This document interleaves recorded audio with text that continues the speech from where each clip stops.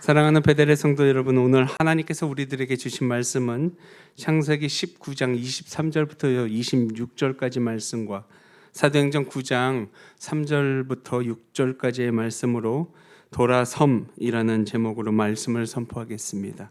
이 말씀이 선포될 때 우리들의 마음속에 성령님의 크신 역사가 함께하기를 소망합니다. 아까 잠시 복도에 있었는데 주보를 보시고 어떤 권사님이 그러셨어요. 목사님, 큰일 났어요. 지난주에 설교 제목과 똑같은 것 같아요. 예, 틀립니다. 이번은 첫 번째는 주님을 향한 나의 마음의 시리즈인 첫 번째는 돌아옴이었고, 두 번째는 돌아봄이었고, 오늘은 돌아섬입니다. 다음 주에는 뭐가 있을까요? 저한테 문자해 주셔서 맞히시는 분께는 제가 통닭을 선물로 드리도록 하겠습니다. 돌아감. 분명히 지금 제 컴퓨터 책상에 원고가 100% 완성되진 않았지만 준비된 원고가 있습니다. 다음 주에 기대하시기를 바랍니다. 여러분, 우리들의 삶에서 돌아봐야 할 때가 있고 돌아서야 할 때가 있습니다. 근데 우리는 청개구리의 습성 때문인가요? 반대로 할 때가 너무나도 많이 있습니다. 돌아봐야 할 하나님을 외면하고 돌아서야 할 세상은 미련하고 바보같이 붙잡고 있다라는 것이죠. 오늘 성경은 두 인물을 보여주고 있습니다. 한 사람은 세상을 향하여 돌아본 사람 롯의 아내였고, 또 한 사람은 주님께로 돌아선 사람 사울이라는 사람이었습니다. 한 사람은 멸망의 자리에서 뒤를 돌아보다가 소금 기둥이 되었고, 다른 이는 죄의 길에서 빛을 만나 새 사람으로 거듭나게 되었다는 거예요. 오늘 말씀은 단순합니다. 주님께로 돌아서라. 돌아보면 멈추지만 돌아서면 살아날 줄 믿습니다. 사울은 다메섹으로 가는 길 위에 있었습니다. 그 길은 단단했습니다. 흔들림이 없어 보였습니다. 거침없었습니다. 근데 그는 스스로 옳다고 믿은 사람이었지요. 그의 마음속은 항상 이렇게 생각을 합니다. 내 생각만이 옳다. 나는 하나님의 일을 하고 있다. 나만이 진리이다. 그 마음속에는 열정이 있었고 신념이 있었습니다. 근데 문제는 하나님이 없는 확신이 있었다는 것입니다. 그 확신이 과연 진리였을까요? 아니요. 본인의 의였다는 것입니다. 과연 그는 진짜로 하나님을 사랑했을까요? 아닙니다. 스스로의 또 하나의 분노의 표출이었다는 거지요. 겉으로는 종교적인 모습을 갖고 있었지만 그의 속에는 하나님이 전혀 없었습니다. 여러분, 이것이 가장 무서운 것입니다. 죄보다 무서운 건 자기가 아니라 자기만 옳다고 생각하는 그 마음입니다.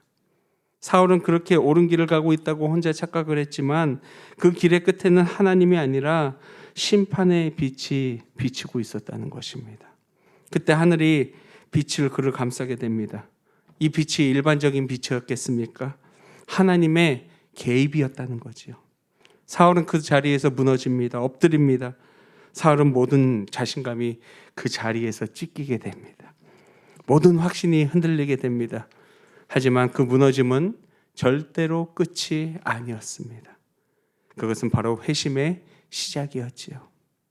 하나님은 그를 부수시려고 한 것이 아니라 그를 멈추게 하려고 했던 것입니다. 근데 왜 굳이 그 시간에 주님께서 그에게 굳이 개입하셨을까요? 사울이 도를 넘은 행동을 하고 있었던 것이죠. 섬을 넘어와 버렸습니다. 너무 멀리 가고 있었습니다. 그래서 하나님이 멈추게 하셨어요. 빛으로 길을 막으셨습니다. 여러분, 혹시 우리의 갈 길이 막혔다라고 생각하시는 분들도 계십니까? 기도가 막히고 길이 없어지고 가야 할 문이 열리지 않는 분들이 계십니까? 그것은 바로 하나님의 빛이 여러분들을 멈추게 하신 것입니다. 여러분, 주님께서 오늘 주신 말씀을 잘 들어보니 이 말씀이 있어요.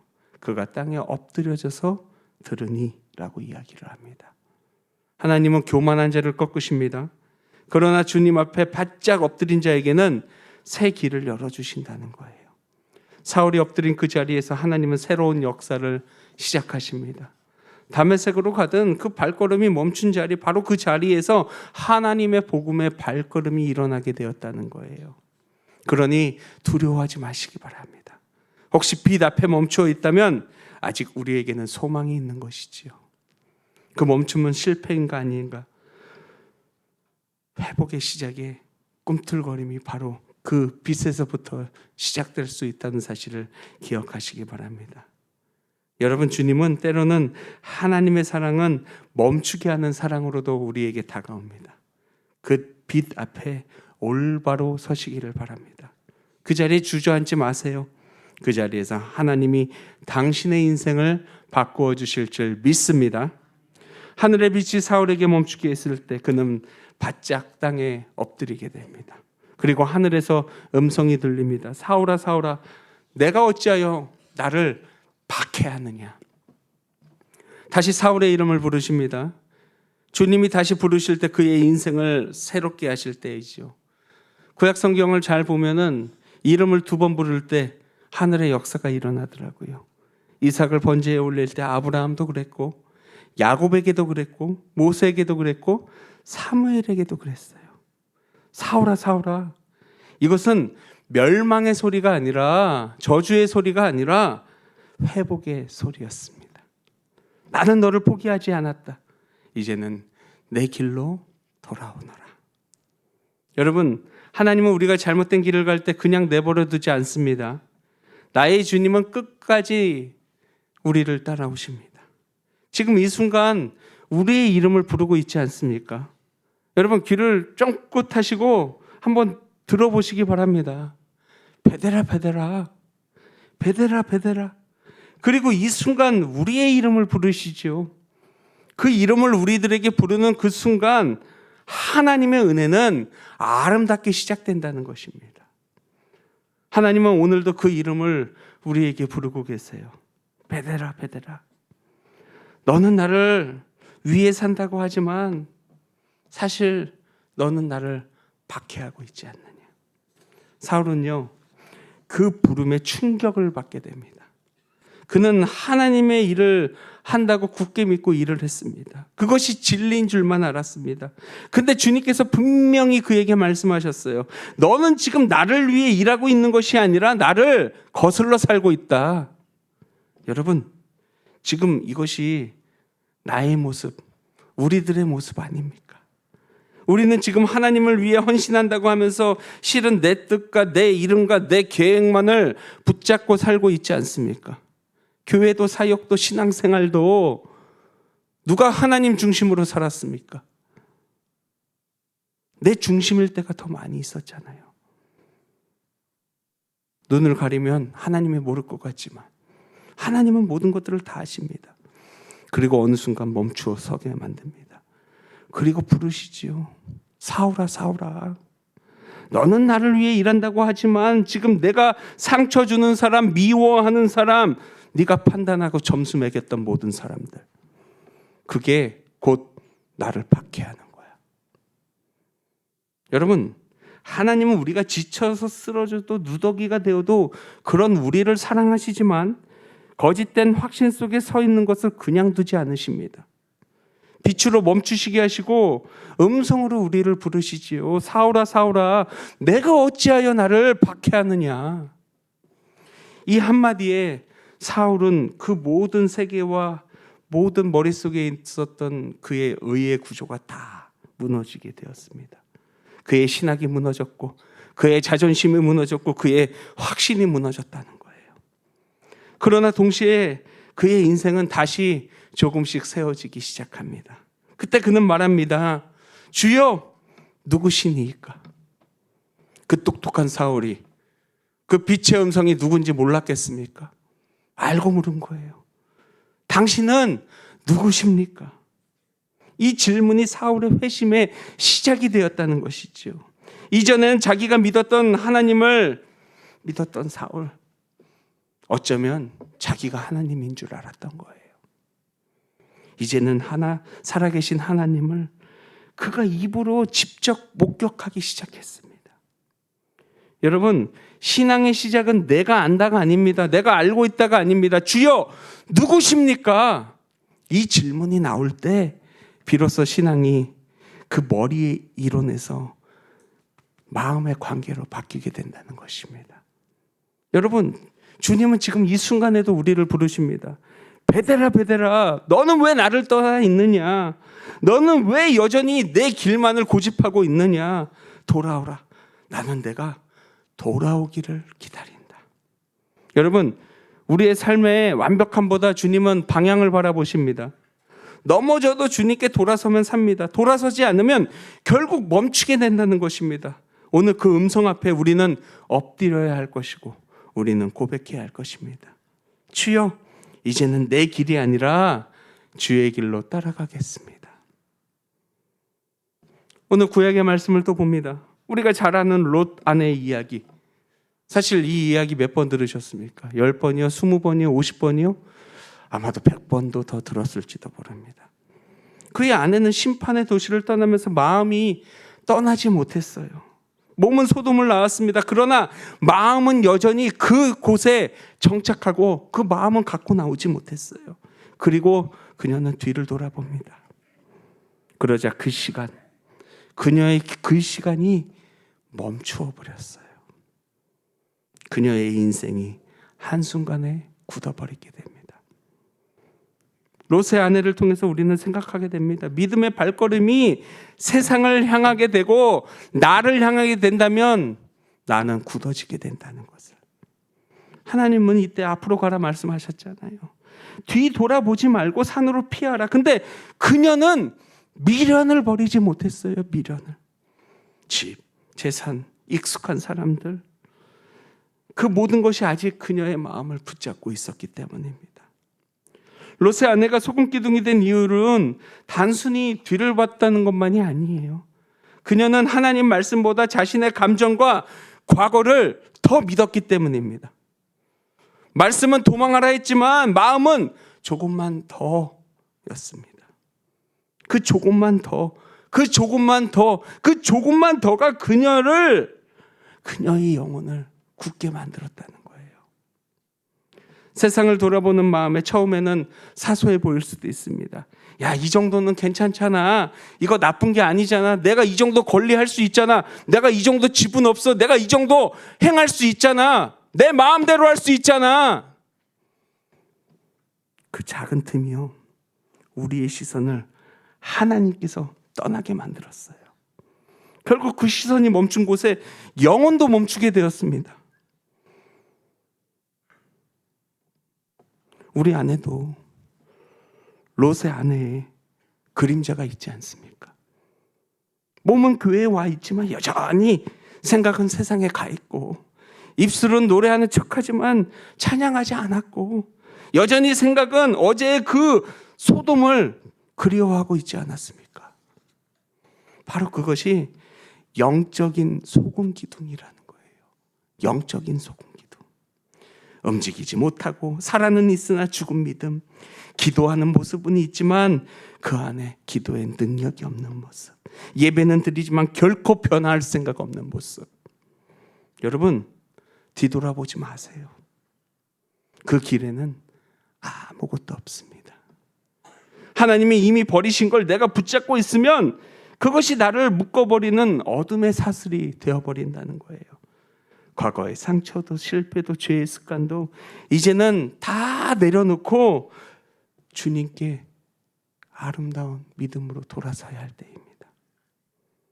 세상으로 돌아보면 굳어지고 주님께 돌아서면 살아나게 됩니다. 이 롯의 아내는 그 순간 어둠의 과거를 택했고 그 결과 빛에 거하는 찬란한 미래를 잃어버렸습니다. 하나님은 지금 우리에게 새로운 선택을 주시지요. 여러분, 오늘 이 말씀 앞에 스스로에게 물어봤으면 좋겠어요. 너는 지금, 아니 나는 지금 어디를 바라보고 있는지, 세상을 향하고 있는지 아니면 하나님을 향하고 있는지. 소금 기둥이 된 신앙이 아니라 주님을 향하여 온전히 걸어가는 믿음의 사람으로 서야 할 때입니다. 우리 뒤돌아보지 마요. 그 길에는 끝에는 아무것도 없습니다. 몇 해 전 국민일보에서 한 남성의 간증이 간증되어 소개되었던 글이 생각이 납니다. 그는 젊은 시절부터 술과 도박에 찌들어 살았어요. 중독이 되어 있었습니다. 그러자 가정이 깨어지고 직장을 잃고 부모는 그 사람의 등을 돌렸습니다. 하루하루가 지옥 같았겠지요. 술에 취해 잠들고 깨어나면 다시 이 세상을 잊으려고 술에 취하게 됩니다. 그의 입에는 늘 이런 말이 흘러나왔어요. 이제 끝났어. 나 같은 건 절대로 필요 없어. 그런 그를 어느 날 친구 한 명이 억지로 손을 잡고 교회로 끌고 갑니다. 근데 여러분, 교회 갔다고 교회 문턱을 밟는다고 하늘이 빛이 비치고 그 사람이 갑자기 변해져 가지고 모든 것들이 무릎 꿇어 주님께 기도합니까? 아니에요. 여전히 술에 취해 있었고 예배당 맨 뒤 구석에 앉아서 다리를 꼬며 껐덕껐덕하고 있었어요. 근데 그 순간에 성가대의 아름다운 찬양이 흘러나옵니다. 주님의 은혜라, 주님의 은혜라, 주님의 은혜라. 여러분, 그 찬양이 그의 마음속을 뒤흔들어 놓았습니다. 눈물이 나왔습니다. 왜 그런지 이유를 몰랐습니다. 그저 그는 멈추어 서게 되었습니다. 그리고 그는 이렇게 후에 고백을 하지요. 그날 내 안에서 내 마음속이 억장이 무너지는 소리가 들렸습니다. 마치 사울이 빛 가운데 엎드려졌던 그 순간이 바로 이 순간이 아니었을까요? 내 교만이, 내 자존심이, 내 죄가 한꺼번에 무너졌습니다.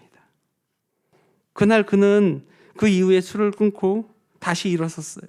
재활 프로그램을 자기 손으로 등록을 하고 잘 이수하고 마쳤어요. 그리고 새 직장을 얻습니다. 그리고 그는 지금 중독자 회복센터에서 자신처럼 무너졌던 사람들에게 하나님의 말씀을, 복음을 전하고 살아가고 있다라는 거예요. 그리고 그는 늘 이렇게 간증합니다. 하나님이 나를 무너뜨리셨지만 나를 그 자리에 머물게 하지 않으셨습니다. 나에게 일어나라 하는 그 음성이 들린 것만 같았고 그 말씀 한마디에 나는 다시 살아나게 되었습니다. 여러분, 온전히 주님께 살아날 수 있는 베델의 가족이 되기를 소망합니다. 이처럼 주님만을 믿고 의지할 때 주님께서 새로운 방향을 정해 주실 때 그 믿음으로 함께 일어날 수 있는 주님의 자녀들, 그 자녀를 주님께서는 찾고 계십니다. 다시 사울로 돌아옵니다. 이 순간을 통해서 그는 잠시 눈이 멀게 되었습니다. 그 눈먼 자리에서 모든 것이 끝난 것처럼 보이게 되었지요. 보던 세상이 사라졌습니다. 자신을 의지하던 그 확신, 내 자존심이 뭉그러졌습니다. 그저 눈앞이 캄캄했지요. 근데 그 어둠 속에서 새로운 길이 열리고 있었다는 거예요. 거기서 하나님이 말씀하셨어요. 사울아, 너는 일어나 시내로 돌아가라. 시내로 들어가라 라고 말씀하셨어요. 그 한마디가 그의 인생을 갈라놓았습니다. 멈춘 자리가 부르심의 자리가 되었습니다. 눈을 잃은 자리에서 하나님은 그의 인생을 새롭게 쓰기 시작했습니다. 그는 보이지 않았지만 그 눈먼 자리에서 진짜 하나님을 바라보는 법을 그 순간 배우게 되었다는 거예요. 그가 바라봤던 것이 무엇입니까? 이전에는 세상만 바라봤고 사람만 바라봤고 율법만 바라봤고 조항만 바라봤고 내 아집만 바라봤어요. 이제 그는 하나님의 올바른 뜻을 바라보기 시작했다는 거예요. 그가 그날 눈을 감은 것은요, 심판의 날이 아니었어요. 다른 세상을 보기 위한 하나님의 거룩한 손길이 그에게 도래했다는 것이죠. 여러분, 하나님은 그의 눈을 닫으심을 통해서 그 세상의 시야를 끊으시고 영적인 시야를 그를 뜨게 하셨습니다. 사울은 이제 자기의 길이 아닌 주님의 길로 들어가게 되었습니다. 주님께서 말씀하셨잖아요. 일어나라. 이게 단순한 명령 동작입니까? 하나님의 제시작의 명령입니다. 하나님은 무너진 자를 향해 말씀하셨어요. 그 자리에 주저앉아 있지 말고 일어나라. 내가 내 인생을 새롭게 할 것이다. 여러분, 이게 은혜예요. 이게 은혜예요. 넘어졌지만 일어날 수 있는 힘을 허락하신 나의 주님. 무너졌는데 다시 부르심을 받을 수 있는 자리가 은혜가 아니면 무엇이겠습니까? 사울은요, 멋진 사람이었어요. 과거를 붙잡지 않았어요. 뒤를 보지 않았어요. 미련 없이 자신의 모든 것들을 버렸습니다. 이전의 성공도 열심도 신념도 십자가 앞에 모든 것들을 내려놓았다는 거예요. 그의 인생의 주체가 싸그리 바뀌었습니다. 그리고 주님의 부르심에 따라 그는 일어나게 되었습니다. 어떻게 보면 세상 사람들은 그를 보면서 이렇게 이야기할 수도 있어요. 왜 굳이 세상의 것까지 버렸느냐. 어쩌면 세상의 것들을, 많은 것들을 이룰 수는 있지만 그에게는 믿음의 길이 열렸고 육신의 시야는 닫혀버렸지만 그의 비전이 그 마음속에 가득 메우게 되었다는 거예요. 여러분, 말씀을 정리하려고 합니다. 오늘 하나님은 두 가지 부르심을 주셨어요. 첫 번째, 롯의 아내에게는 경고하셨어요. 뒤 돌아보지 말아라. 사울에게 말씀하셨어요. 일어나라. 내가 행할 일을 내게 이를 자가 있느니냐. 한 여인은 세상을 돌아보다가 굳어졌고 한 남자는 주님께로 돌아서서 살게 되었습니다. 이 두 인생의 차이는 단 하나예요. 내가 누구를 바라보느냐입니다. 돌아보는 자는 과거에 갇혔지만 돌아서는 자는 하나님의 미래를 열게 됩니다. 사랑하는 베들레 성도 여러분, 아직도 내 마음 한켠에 돌아보는 미련이 남아 있습니까? 그 자리에서 이제는 주님께 돌아서기를 바라봅니다. 돌아보면 소금 기둥이 되지만 주님께로 돌아서면 사명의 사람으로 변하게 될 줄 믿습니다. 우리 모두 하나님의 방법, 하나님의 뜻에 합당한 믿음의 자녀들이 되기를 간절히 기도하고 소망합니다. 우리 나의 영혼이 함께 찬양 드리겠습니다.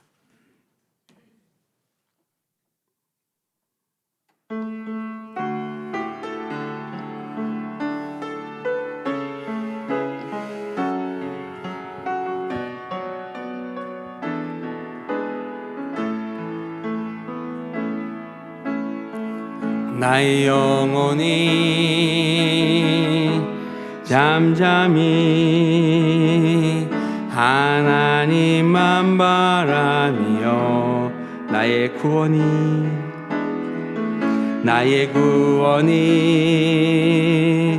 그에게서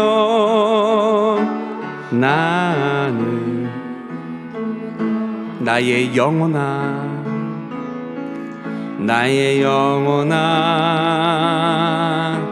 잠잠히 하나님만 바라라. 나의 소망이 저에게서 나는도다.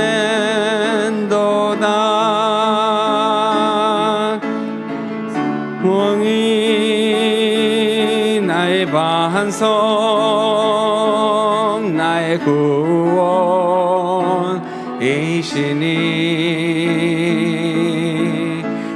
주만이 나의 산성 내가 요동치 아니하리. 오직 주만이 나의 반석이십니다. 오직 주만이 나의 반석 나의 구원이시니 오직 주만이 나의 산성 내가 요동치 아니하리. 우리 두 손을 모시고 진중히 기도하기를 소망합니다.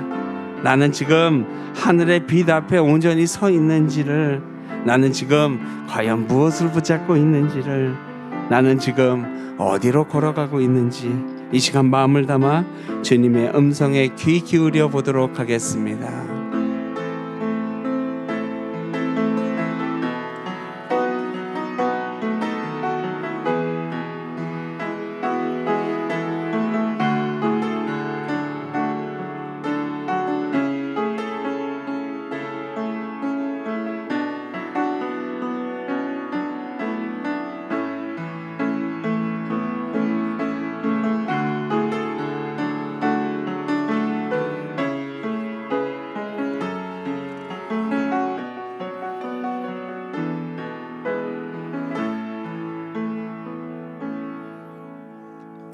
빛으로 내 인생을 멈추게 하신 나의 하나님, 오늘도 말씀 앞에 서서 우리 자신들을 바라봅니다.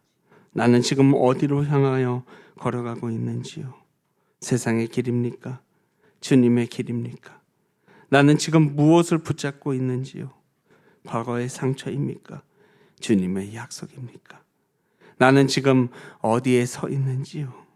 내 확신 위입니까? 내 고집 위입니까? 하나님의 은혜 위입니까? 주님, 사울처럼 멈추게 하시고 빛 앞에 엎드리게 하옵소서. 그 자리에서 주님의 음성을 듣게 하시고 다시 일어나서 주의 길로 온전히 걸어가게 하소서. 로세아네처럼 뒤를 돌아보는 어리석음을 버리게 하시고 이제는 주님께로 돌아서게 하소서. 과거의 미련을 끊고 죄의 습관을 떨치고 오직 주님만 바라보게 하소서. 사울아, 사울아, 그 부르심의 음성에 오늘 내 영혼이 주님 앞에 떨립니다. 베데라, 베데라, 너는 왜 나를 떠나 있느냐? 주님, 이제 주님께로 돌아섭니다. 멈춘 자리가 회심의 자리가 되게 하시고 눈물의 자리가 부르심의 자리가 되게 하소서.